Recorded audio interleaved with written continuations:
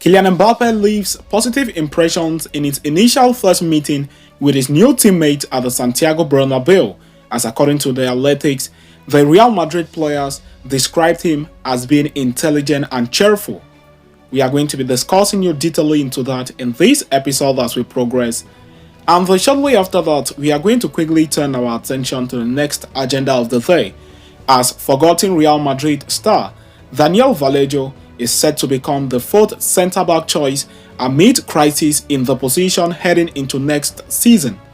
We are also going to be detailing you through that on this episode as we progress, so please stay tuned right up to the end. Do not forget to like and subscribe to this channel. Turn on your notification bells so you do not miss out on our daily Real Madrid update.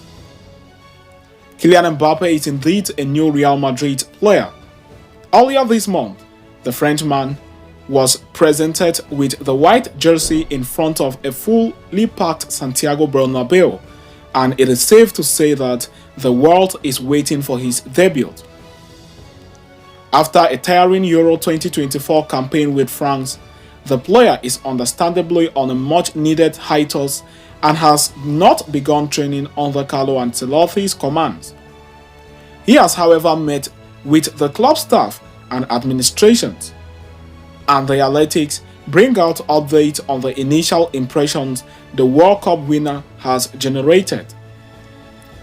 As revealed by the report, sources from the Real Madrid training ground state that Kylian Mbappe has left a positive impression overall when they met with the coaching staff and the management on the day of his presentation. Figures inside the club facilities described the youngster as being intelligent and cheerful, and one gets the idea that Mbappe will soon become one of the club's most loved faces.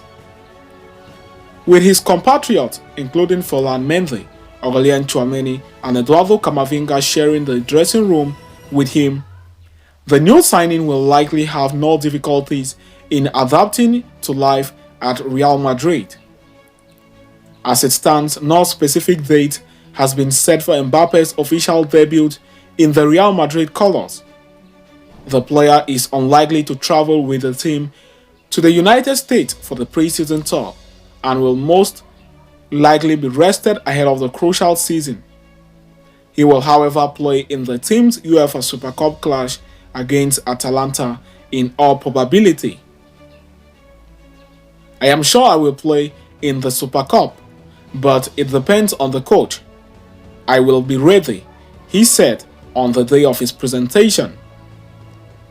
Regarding the tour, we will see what the coach and the club thinks. If they want me to go, I will go. If not, I will not go.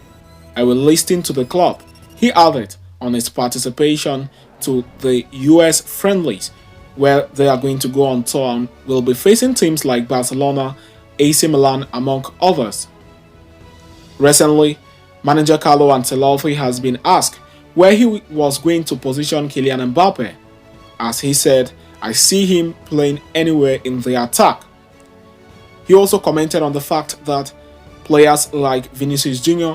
and Jude Bellingham didn't have to play in their initial position last season, hinting similar thing with Kylian Mbappe, as the Frenchman is well poised to succeed in any of the three front positions. The manager has also recently hinted on the fact that he told Kylian Mbappe to go and get some rest on his vacation during the day of his presentation, so he could get ready for the new season ahead. So having discussed and concluded with that, we are now going to quickly turn our attention to the next agenda of the day, as reports are now stating that forgotten Real Madrid player Madrid Vallejo is set to become the club's fourth centre-back choice. Earlier in the summer, the departure of Nacho Fernandez forced Real Madrid to enter the market for a new centre-back. Leny Yoro was earmarked as the ideal long-term replacement for Nacho, but after months of negotiations, the reigning European champions ultimately lost out to Manchester United in the race to sign Leny Yoro.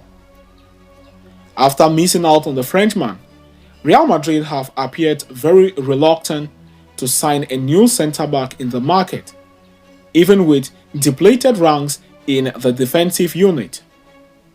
In recent weeks, the Los Blancos were linked with a move for Spanish defender Enrique Laporte, but Al Nassr are apprehensive about offloading the player in the summer. According to reports from Mundo Deportivo, Vallejo's name is gaining ground within the Real Madrid setup as far as the club's fourth centre-back choice is concerned. As per the report, Vallejo could operate as a backup to first-choice centre-backs such as Eder Militao, David Alaba, and Antonio Rudiger. The former Eintracht Frankfurt starlet has played a similar role in the past, and despite his limited impact, he has played his role with aplomb. Vallejo's contract at Real Madrid expires in the summer of 2025, meaning this could be his final season at the Santiago Bernabeu. The Spaniard is coming on the back of a loan spell at Granada, but Real Madrid are unlikely to send him out on loan yet again. If everything goes to plan, Jesus Vallejo will become a part of Carlo Ancelotti's plans for next season.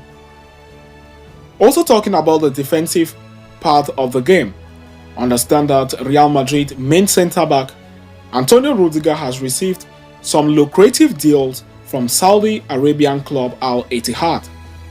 However, the club and the player do not entertain such deals. Rudiger is confident that he can replicate another dominant season again in the white of Real Madrid. Matt Hummels, the 35-year-old Borussia Dortmund defender, who is now a free player in the transfer market, was also poised with the links to Real Madrid, but it has later cooled down as the club has no intention of going for him. Reports state that he does not fit the players of Real Madrid recruitment policy, even for a short-term fix. As for Enrique Laporte, he was ready to take a huge pay cut in order to leave Al Nassr and join Real Madrid, but the deal somehow is far from reach, although reports claim it not to be impossible. But at the moment, the price Al Nassr are demanding are seen to be very high for the player, so a deal is very unlikely at this point, but not impossible. We will be bringing you more updates on that in our future episodes. Stay tuned so you do not miss out. So having discussed and concluded with that, we have come to the end of today's interesting episode. Thanks for following us right up to the end. See you next time, and a very big Hala Madrid to us all.